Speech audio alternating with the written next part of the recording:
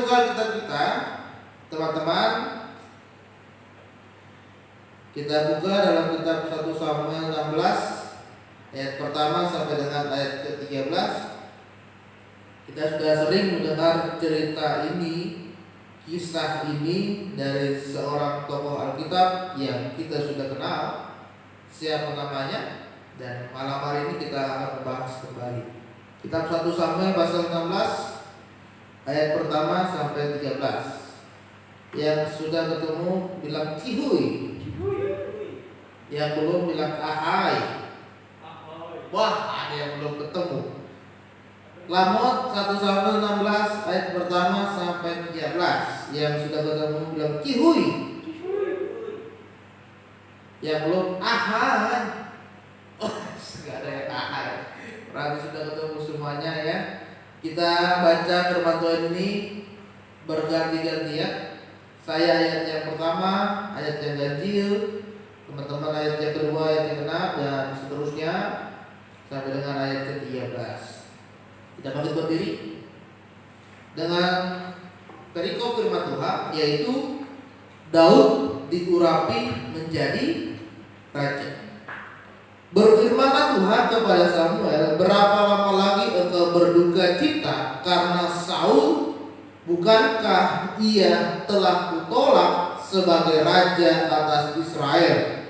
Isilah tabung-tabungmu dengan minyak dan pergilah, aku mengutus engkau kepada Isai orang Betlehem itu, sebab di antara anak-anaknya telah kupilih seorang raja bagiku. Tetapi Samuel berkata, bagaimana mungkin aku pergi jika Saul mendengarnya, ia akan membunuh aku. Firman Tuhan, bawalah seekor lembu muda dan katakan, aku datang untuk mempersembahkan korban kepada Tuhan. Kemudian undanglah Isai ke upacara pengorbanan itu. Lalu aku akan memberitahukan kepadamu apa yang harus kau perbuat. Urapilah bagiku orang yang akan kusebut kepadamu. Samuel berbuat seperti yang difirmankan Tuhan, dan tibalah ia di kota Betlehem. Para tua-tua di kota itu datang mendapatkannya dengan gemetar dan berkata, adakah kedatanganmu ini membawa selamat? Jawabnya, ya benar. Aku datang untuk mempersembahkan korban kepada Tuhan. Kuduskanlah dirimu dan datanglah dengan daku ke upacara pengorbanan ini. Kemudian ia menguruskan Isai dan anak-anaknya yang laki-laki dan mengundang mereka di upacara pengorbanan itu. Ketika mereka itu masuk dan sempat melihat Elia, lalu pikirnya, sungguh dia adalah Tuhan, sekarang berdiri di depannya. Tetapi berfirmanlah Tuhan kepada Samuel, janganlah pandang parasnya atau perawakannya yang tinggi, sebab aku telah menolaknya. Bukan yang dilihat manusia yang dilihat Allah. Manusia melihat apa yang di depan mata, tetapi Tuhan melihat hati. Lalu Isai memanggil Abida dan menyuruhnya lewat ke depan Samuel, tetapi Samuel berkata, orang ini pun tidak dipilih Tuhan. Kemudian Isai menyuruh sama lewat, tetapi Samuel berkata, orang ini pun tidak dipilih Tuhan. Demikianlah Isai menyuruh tujuh anaknya dan Samuel di depan Samuel. Tetapi Samuel berkata kepada Isai, semuanya ini tidak dipilih Tuhan. Lalu Samuel berkata kepada Isai, inikah anakmu semua? Jawabnya, masih tinggal yang bungsu, tetapi sedang mengembalakan kambing domba. Kata Samuel kepada Isai, suruhlah memanggil dia, sebab kita tidak akan duduk makan sebelum dia datang kemari. Kemudian sudah berjalan di kemudian dan ia memandang matanya tidak panas Samuel. Lalu Tuhan berfirman, bangkitlah urapi dia, sebab inilah dia. Samuel mengambil tanduk yang berisi minyak itu dan mengurapi Daud di tengah-tengah saudara-saudaranya. Sejak hari itu dan seterusnya berkuasalah roh Tuhan atas Daud. Lalu berangkatlah Samuel menuju Rama. Silakan duduk teman-teman. Firman Tuhan yang kita baca merupakan kisah bagaimana saat itu Tuhan mengurapi Daud sebagai raja atas bangsa Israel yang akan menggantikan Daud. Pertanyaannya begini, Kenapa Tuhan menginginkan supaya Saul itu turun tahta sebagai raja? Kenapa Tuhan menginginkan supaya Saul itu berhenti memimpin bangsa Israel? Di ayat yang pertama dikatakan, karena Saul telah melakukan apa yang jahat di hadapan Tuhan. Firman Tuhan malam hari ini temanya adalah anak muda yang dipakai oleh Tuhan. Amin. Bilang kiri kanannya, kamu dipakai Tuhan. Kiri kanannya bilang kata. Iya. Satu juga bilang. Kiri kanan. Iya. Ya. Tema malam hari ini adalah anak muda yang dipakai oleh Tuhan. Raja Saul ditolak oleh Tuhan. Tuhan sudah tidak menginginkan kembali Saul menjadi raja. Pada zaman dahulu yang memilih menunjuk sebagai raja itu adalah Tuhan secara langsung melalui imam pada saat itu. Jadi Tuhan menyampaikan kepada imam bahwa inilah yang memimpin bangsa Israel. Dan pada saat itu teman-teman, Tuhan tidak lagi menginginkan Saul menjadi raja. Kenapa? Karena Saul melakukan hal yang tidak benar di hadapan Tuhan, hal yang tidak layak, hal yang jahat di hadapan Tuhan. Artinya roh Tuhan sudah tidak ada lagi di dalam hatinya dia, sehingga yang muncul di dalam hatinya adalah kebencian, yang muncul di dalam hatinya adalah iri hati, yang muncul di dalam hatinya adalah bagaimana kita bisa memanfaatkan orang. Ada dendam, ada kepahitan yang terus di dalam hati kita. Kenapa? Karena tidak ada roh Tuhan. Jadi saudara, teman-teman, kalau tidak ada roh Tuhan di dalam hati kita, maka yang selalu ada adalah kebencian. Lihat teman kerjanya lebih bagus, kita benci. Lihat teman disanjung oleh atasan kita, kita benci. Cari muka, emang dasar orang ya. Pintar banget ya emang penjilatnya. Wah. Lihat teman naik jabatan, kita benci. Masa dia baru masuk tapi udah dikasih promosi ke jabatan yang lebih tinggi. Jangan-jangan dia pakai pelet, ya kan? Kalau misalnya itu, jangan-jangan dia goda-godain atasan. Jangan-jangan ada permainan, ada orang tahu. Lihat teman nilainya lebih bagus dari kita, kita benci, kita iri. Nyontek ini dia nih ulangan nih, ya kan? Dapat bocoran nih, ya kan? Paling kalau nggak searching dari handphone, kan sekarang ujian udah zaman online ya. Wah, paling kalau nggak searching dari handphone, nyontek dari teman. Lihat teman IP-nya lebih tinggi dari kita, kita iri, kita benci. Ya iyalah, dia dekat sama dosen, IP-nya bisa bagus, nilainya lebih bagus, kita benci. Lihat teman kita melayani Tuhan, tapi kita nggak melayani, kita iri. Suaranya pas-pasan, musiknya kemana, suaranya kemana. Padahal kita nggak pelayanan, kita nggak melayani, tapi lihat teman kita bisa melayani, kita benci. Silakan mendranya butek. Padahal kita nggak berikan diri melayani, tapi kita bisa kritik orang. Kalau roh Tuhan tidak ada di dalam hati kita, maka kita akan mengalami seperti itu. Iri, benci, dendam, gampang marah. Sini nggak ada yang gampang marah ya. Pelit senyum, yang setiap hari mukanya cemberut tuh. Seperti kata orang pepaya busuk, cemberut. Jadi apa? Metan, lamet, jendrik, cemberut. Enggak ya, enggak begitu ya. Kita selalu senyum ya kan? Iya, senyum loh. Oh lagi senyum ya, meskipun tutup masker ya. Tidak ada roh Tuhan, maka yang ada di dalam iblis menguasai hati kita.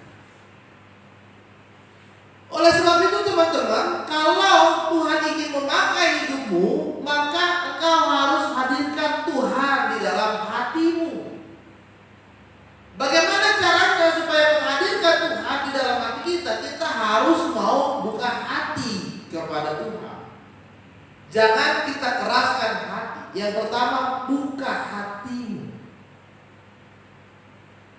Karena Tuhan itu masuk kepada setiap hati yang terbuka, setiap hati yang melembutkan hati, bukan hati yang keras dan pemikiran yang keras kepala. Ya kan? Bagaimana Tuhan mau masuk ke dalam hati kita kalau kita saja tutup?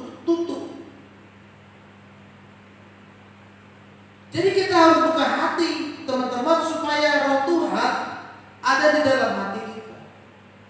Kalau roh Tuhan itu sudah masuk ke dalam hati kita, maka Tuhan yang akan mengendalikan hidup kita, teman-teman. Firman Tuhan katakan Roh Kudus akan membawa hidup kita supaya kita tidak menyimpang ke kiri dan ke kanan. Setiap kita mau berbuat dosa selalu diingatkan oleh Tuhan, stop, jangan lakukan itu terus. Setiap mau menyontek ulangan selalu lamot diingatkan, jangan lamot, menyontek itu dosa.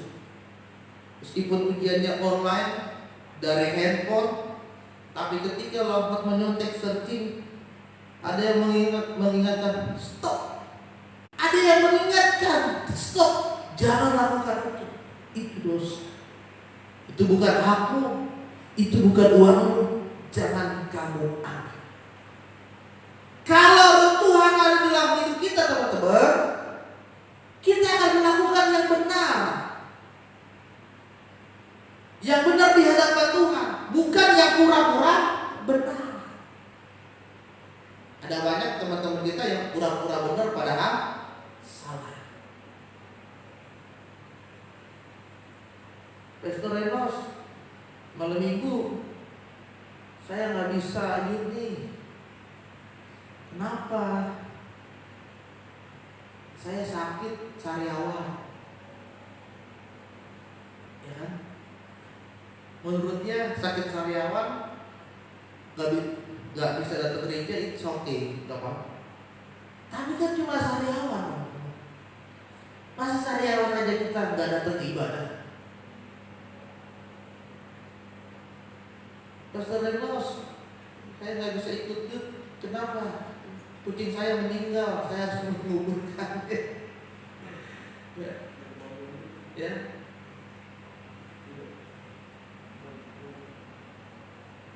Saya pernah ketika anak saya lahir yang pertama, si Barnabas, dia mengalami kuning. Jadi badannya kuning karena kurang air susu dan kurang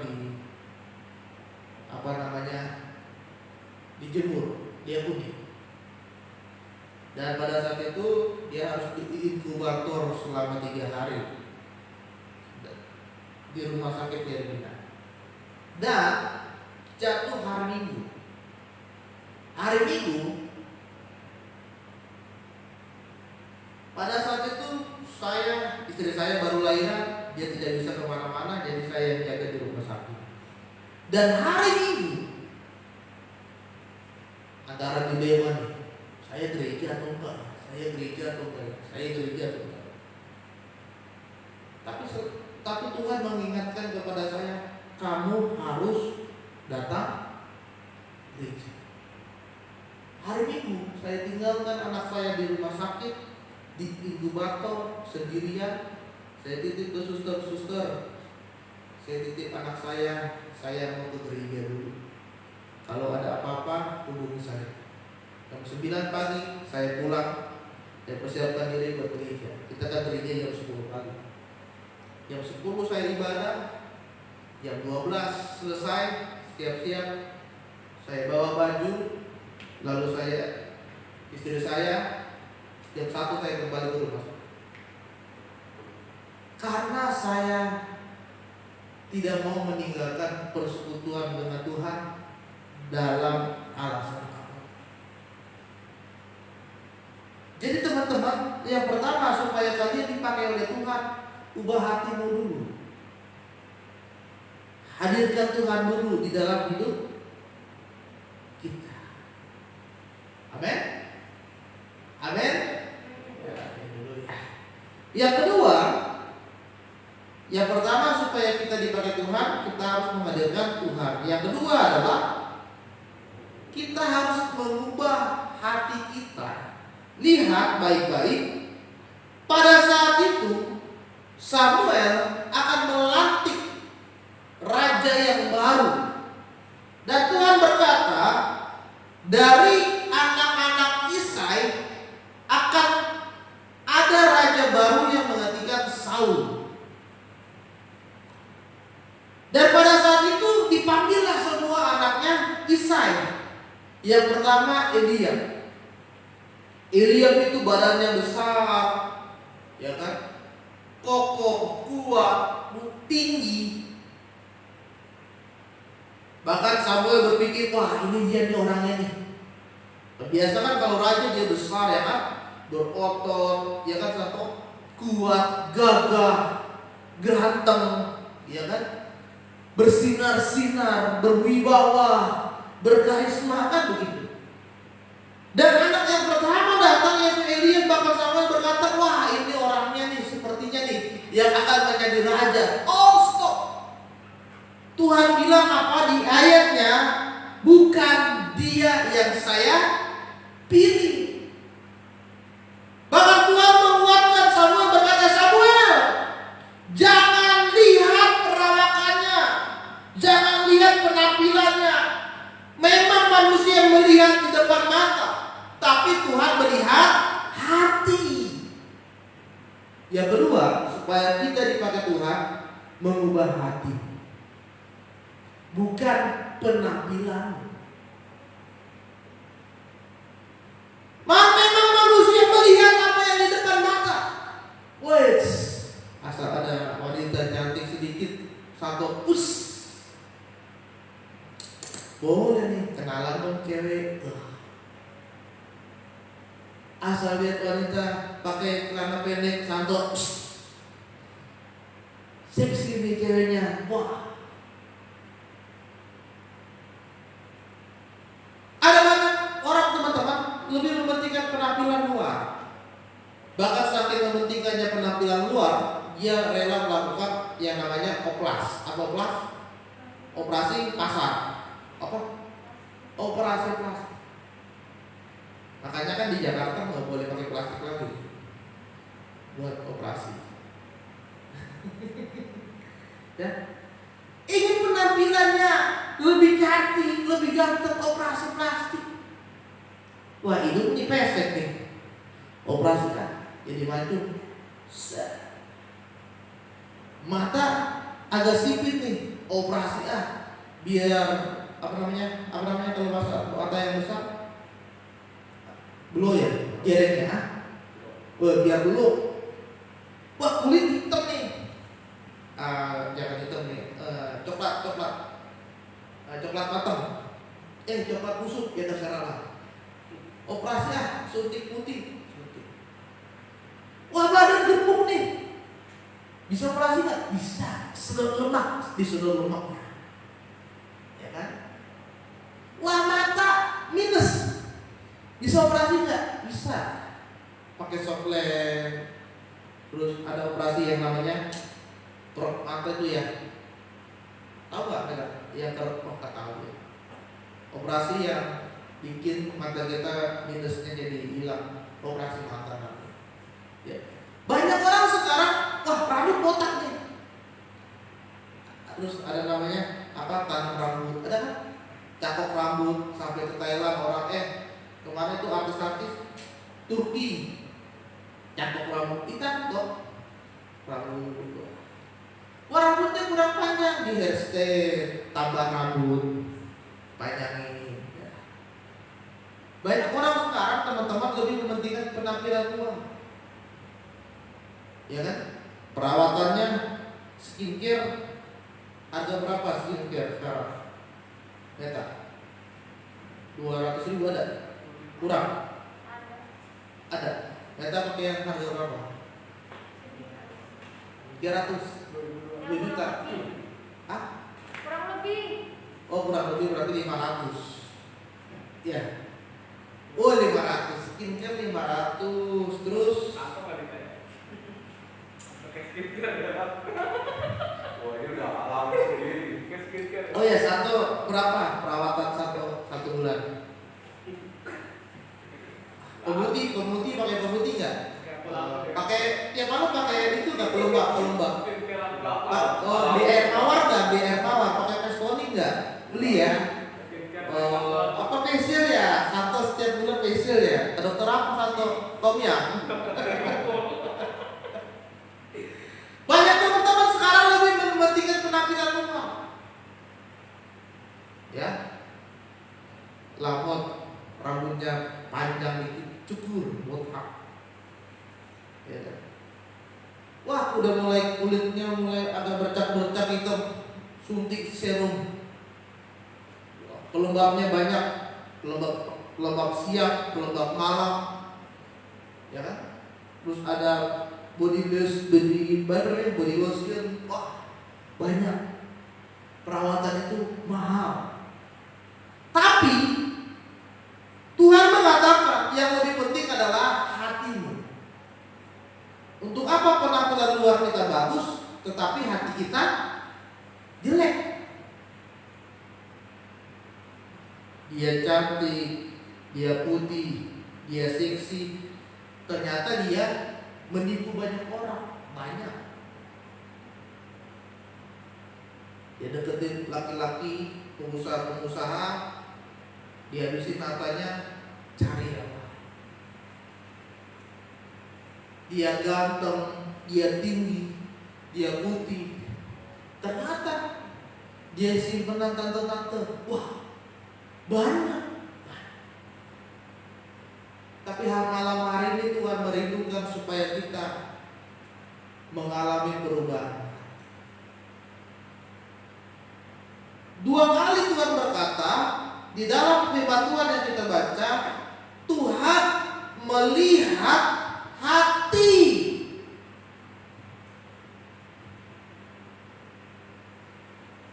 Tuhan melihat hati yang seperti apa. Mari kita buka di dalam kitab Roma. Ini si Rapot nih, harus baca nih. Roma pasalnya yang ke-12.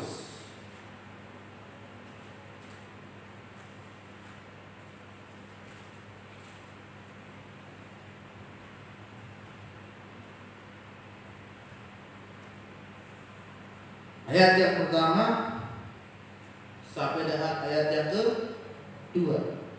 Silakan Al-Rahmat membacakan buat kita.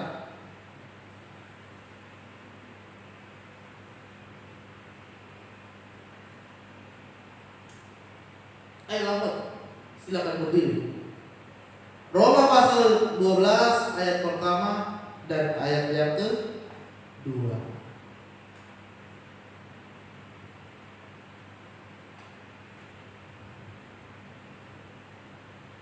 Ayo, kasih pinjam dulu Alkitabnya itu.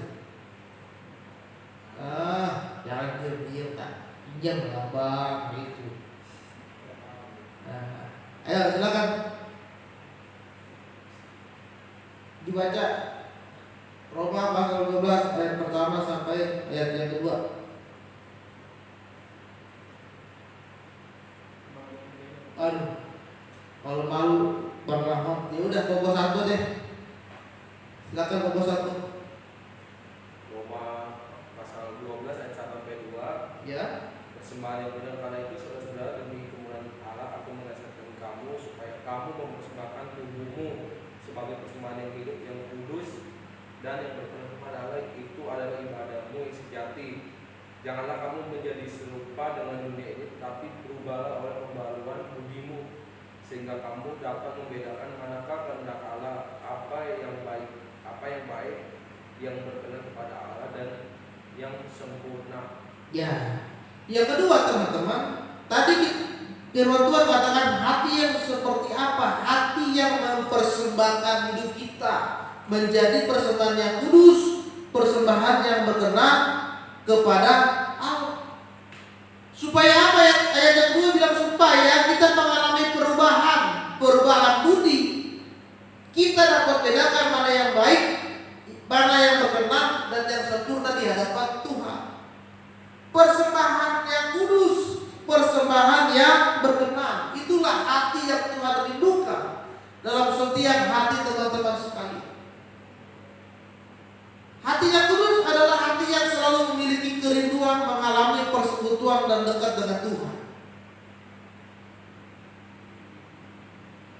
Apakah teman-teman pernah merasakan jauh dari Tuhan kalau tidak ikut ibadah? Pernah? Berarti masih bagus. Ada orang yang sudah sebulan gak ikut ibadah, gak pernah ke gereja, berbulan-bulan tidak ke gereja, tapi biasa-biasa aja.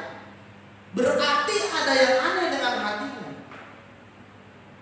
Berbulan-bulan gak ikut youth, bertahun-tahun gak ikut youth, tapi biasa-biasa aja. Gak ada kerinduan gitu, gak ada kerinduan ingin ibadah bersama, memuji Tuhan, menyembah Tuhan. Gak ada kerinduan supaya dengar firman Tuhan yang menguatkan hidup kita, gak ada kerinduan. Berarti hatinya itu sudah jauh dari Tuhan, dan itu yang tidak diinginkan oleh Tuhan. Kalau Tuhan hadir di dalam hidup kita masing-masing, maka kita akan mempersembahkan hati yang kudus.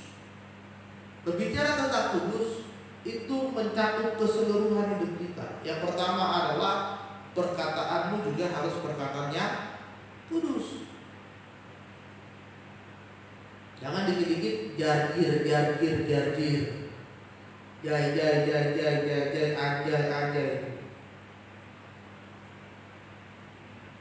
Perkataanmu juga harus perkataannya kudus. Makanya firman Tuhan katakan supaya kita, ayat kedua, tidak serupa dengan dunia ini. Kalau banyak teman-teman kita, kalau lagi kita berkumpul nongkrong, ngomongnya gak benar, ya jangan ikuti mereka. Tidak serupa, jangan sama dengan mereka. Kalau ada temanmu yang bicaranya kotor, ya jangan sama dengan mereka. Kalau ada temanmu yang bicaranya kasar, ya jangan sama dengan mereka. Karena apa? Kamu gak serupa dengan mereka. Karena Tuhan ada di dalam hatimu. Yesus ada di dalam hati kalian.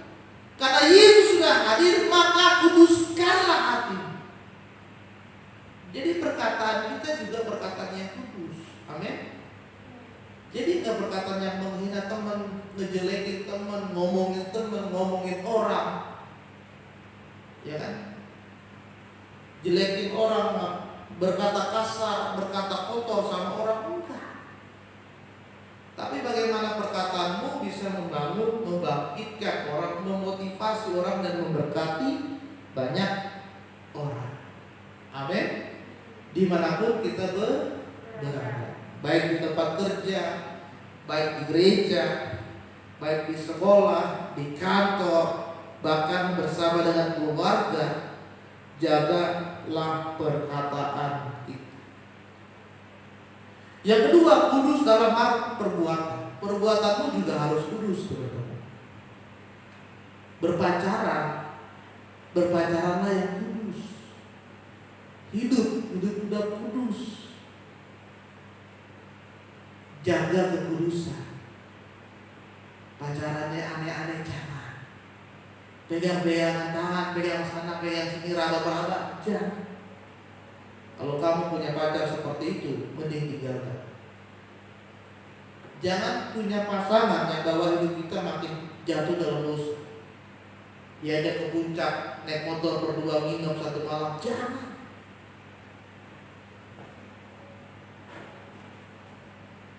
Mulai cium sana, cium sini, wah, jangan.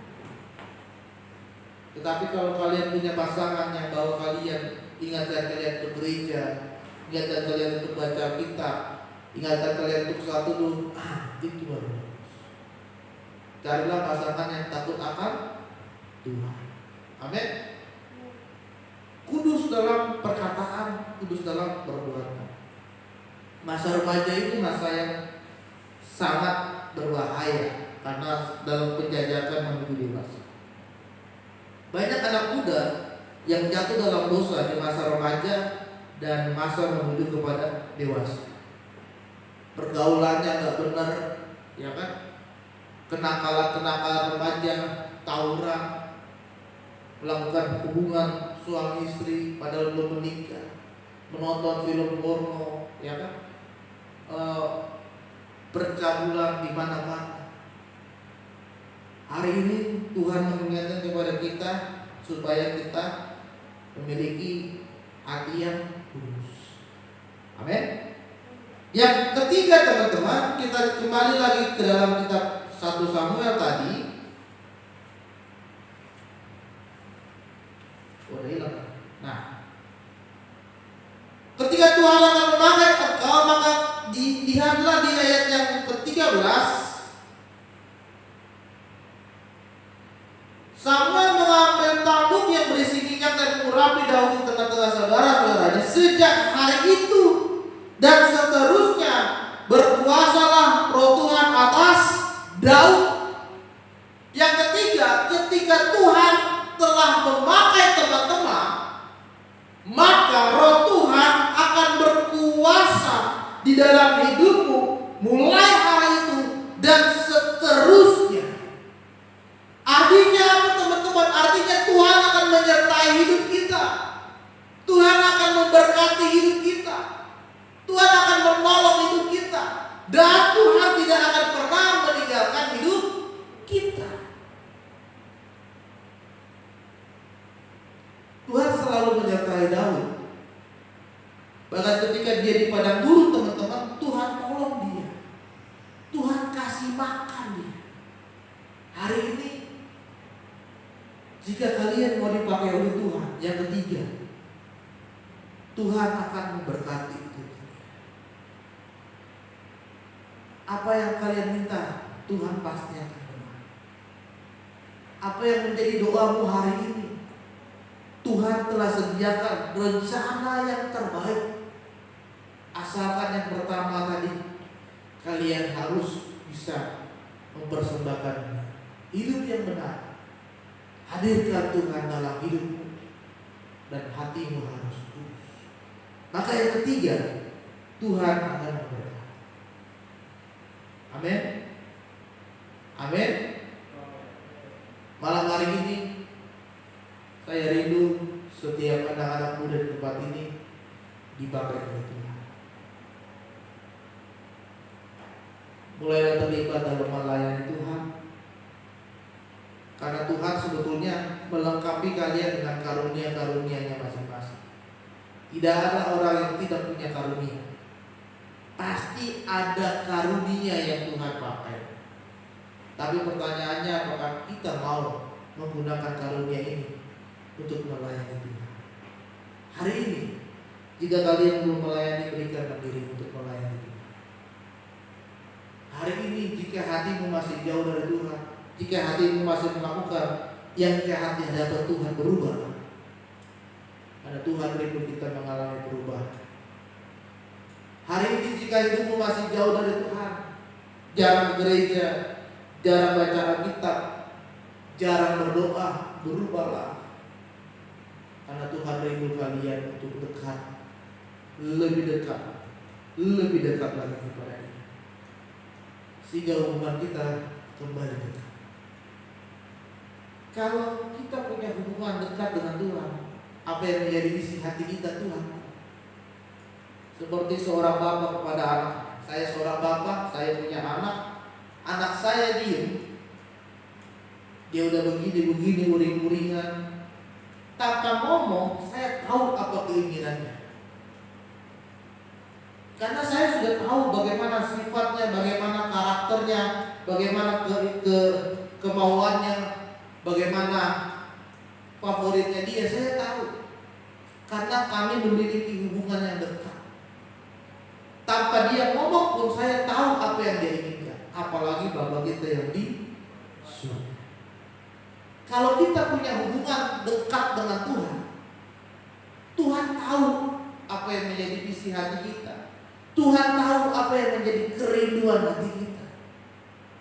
Dan Dia akan menyediakan yang terbaik dalam hidup kita. Amin.